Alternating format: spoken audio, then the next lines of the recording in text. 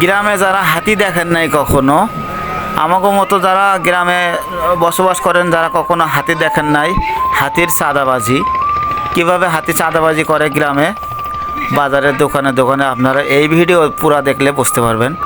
আপনার ভিডিও শেষের দিকে দেখলে এমন একটা আকর্ষণ বুঝতে পারবেন যে হাতি কিভাবে আমাদের গ্রাম থেকে টাকা নিয়ে যায়, মূলত টাকাটা নিয়ে কি করে।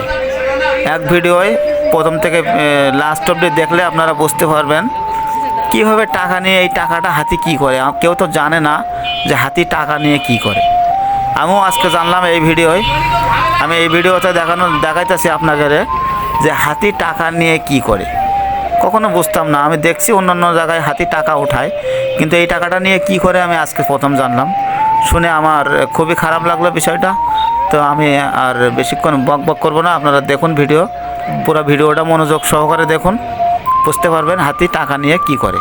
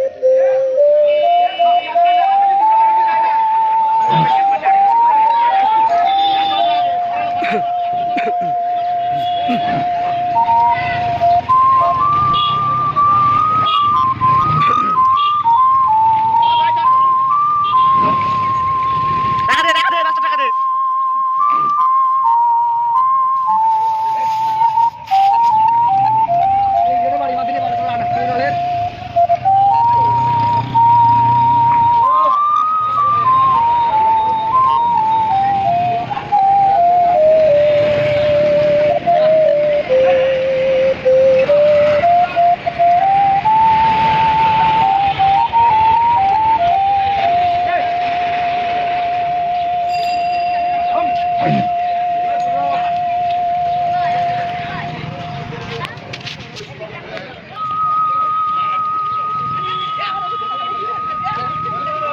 টাকা দাও টাকা দাও, 500 টাকা দাও।